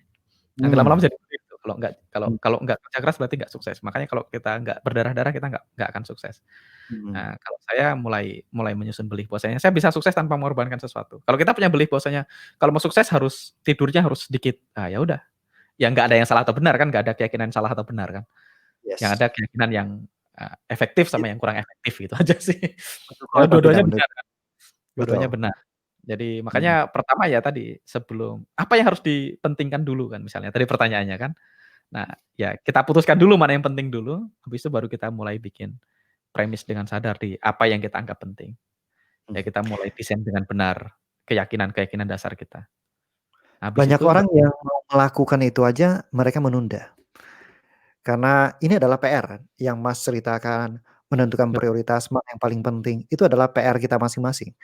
Yang betul nggak bisa kita dapatkan di pelatihan manapun, yang kita betul nggak bisa minta orang lain kerjakan untuk kita. betul. Ini adalah PR. Nah, bagaimana caranya membuat, kita itu benar-benar duduk? Nah, misalkan, saya cerita, saya baru menjalankan pelatihan minggu ke-13. Jadi saya ngajar minggu ke-13 tentang bagaimana merancang kehidupan kita.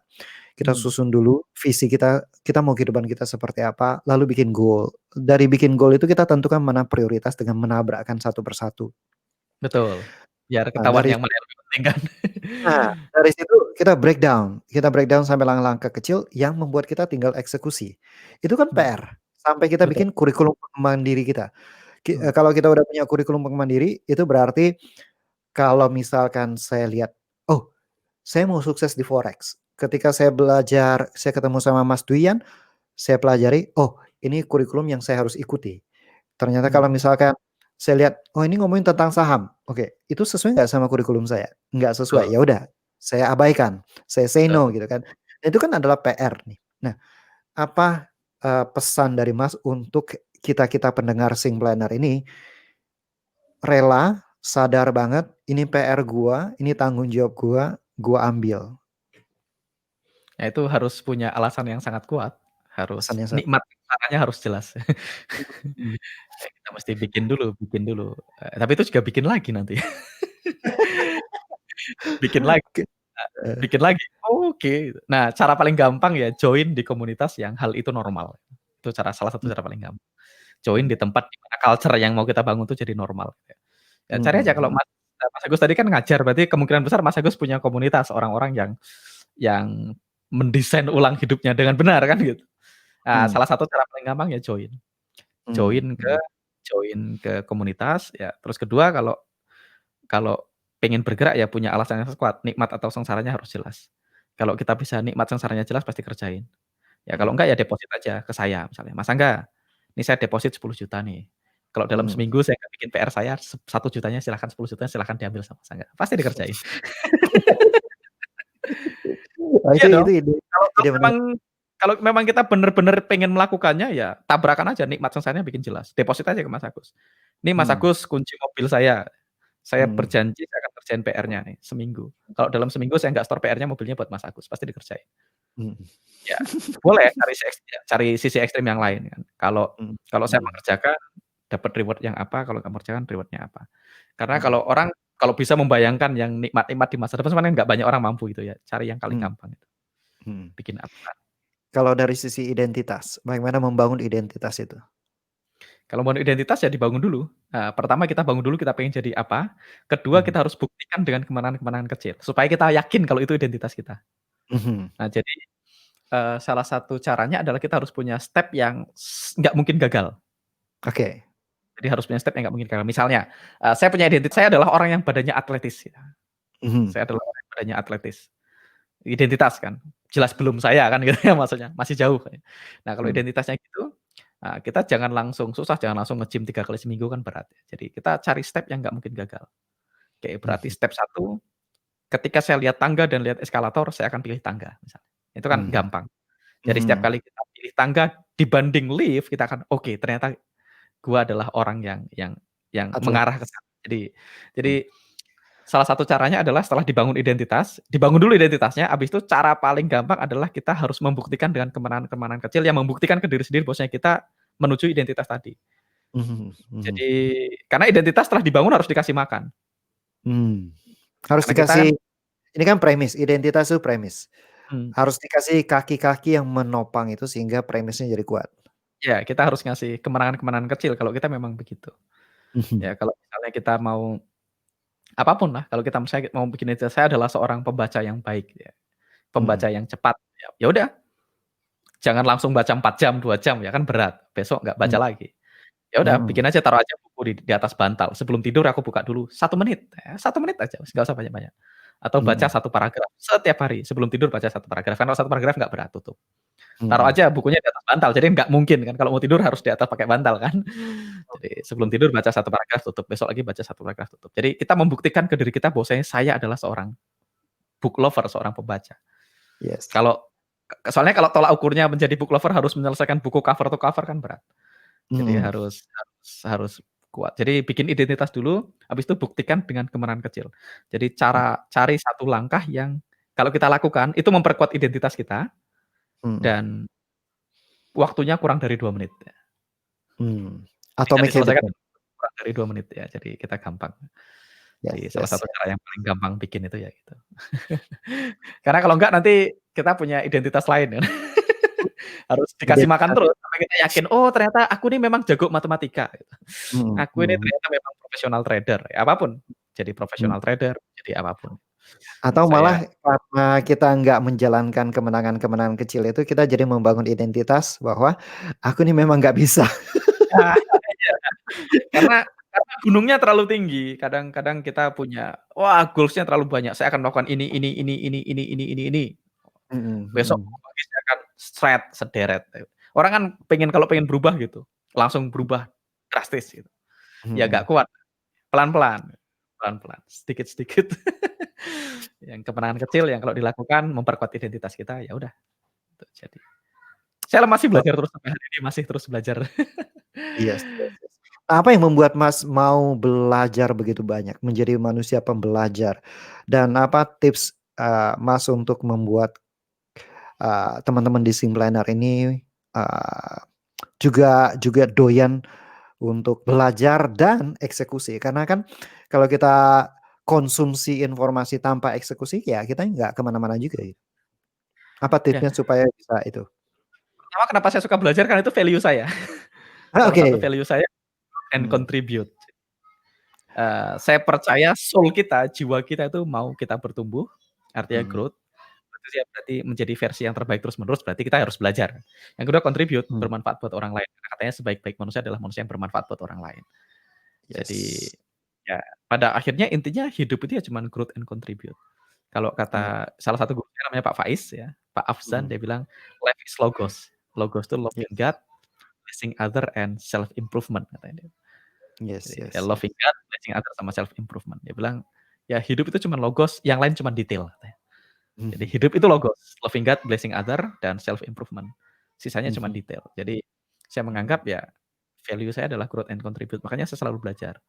Kedua karena saya sangat mencintai diri saya sendiri ya, saya sangat mencintai diri sendiri, jadi saya pengen belajar, saya penasaran aja, saya bisa apa sih sebenarnya gitu, lagi pengen ngetes gitu.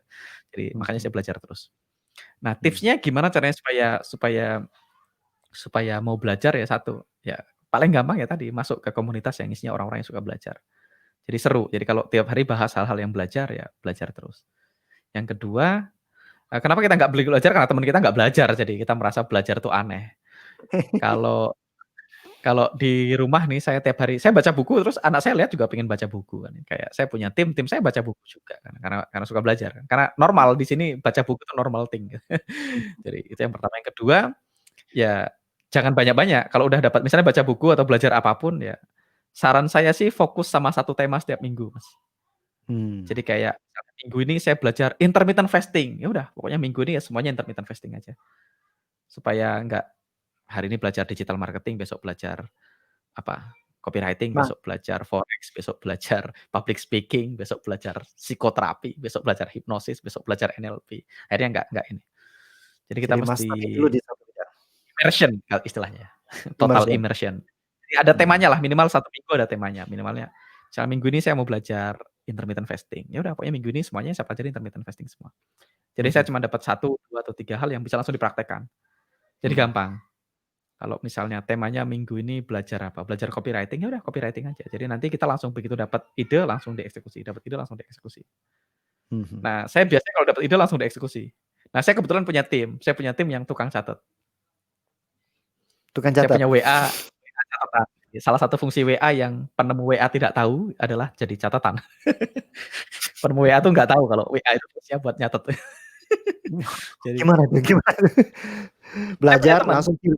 Mmm, saya punya teman, saya punya teman yang teman baik yang trading bareng mhm, juga. Ya nggak bareng mhm, trading, tapi sama-sama belajar trading. Banyak hal kita belajar bareng dan kayak jadi accountability buddy gitu. mhm, mhm, mhm, Jadi setiap kali dia kadang-kadang nge-chat random aja, "Mas mhm. nitip catatan." Kayak Oh.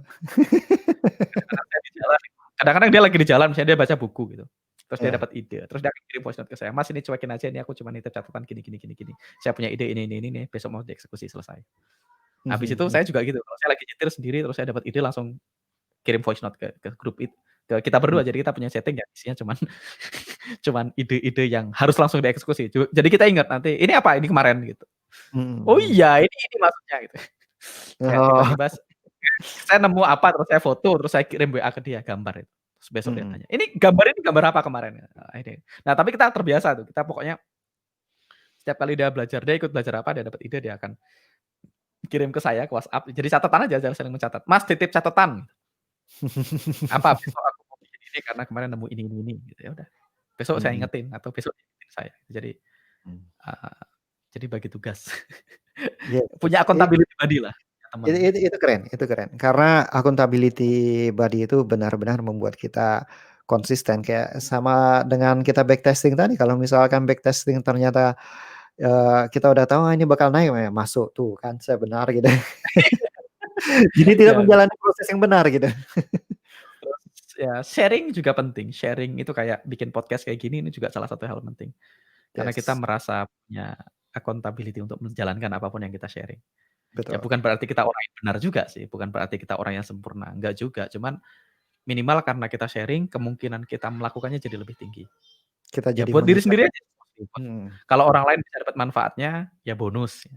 Tapi Mhm. mostly sih kalau sharing-sharing kayak gini manfaatnya buat diri sendiri. Itu salah satu alasan kenapa saya ngajar. Mhm. Ngajar tuh bikin saya jauh lebih tajam dan bikin saya accountability ya, bikin saya bertanggung jawab dengan apa yang saya ajarkan. Yes. Ya kalau orang lain dapat manfaatnya, ya bonus. Jadi salah satu cara menjaga tetap on track. Punya Mmm. komunitas, ngajar, atau cari partner lah, cari musuh tektokan yang sama-sama gilanya. Jadi jangan heran nanti kalau tiba-tiba saya ada pesan Telegram, "Mas, titip catatan," gitu ya. Iya. Jadi kadang teknik apa gitu saya ngirim, teknik zebra, terus dia bingung, "Apa zebra ini?" Terpaksa besok saya jelasin kan, Heeh saya heeh heeh. jelasin dan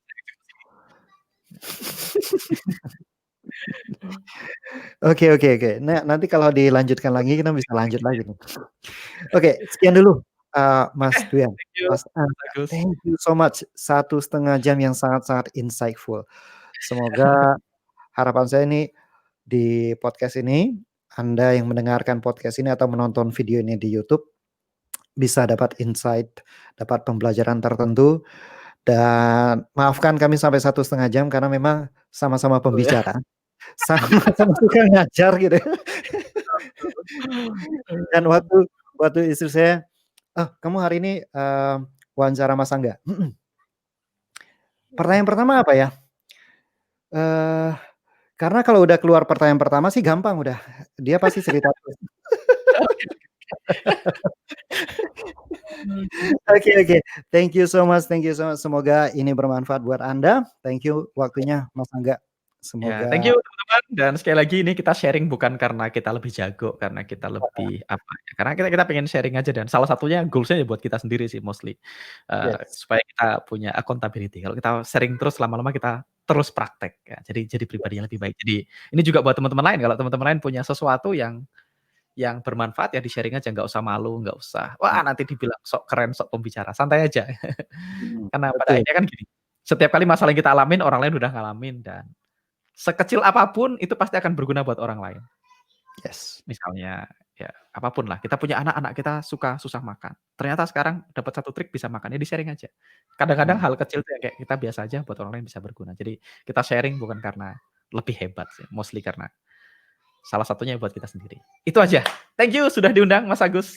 thank you, amazing. Oke, kita sampai ketemu di kelas-kelas kita selanjutnya. Siap. God bless you, Mas. Thank you. Ya.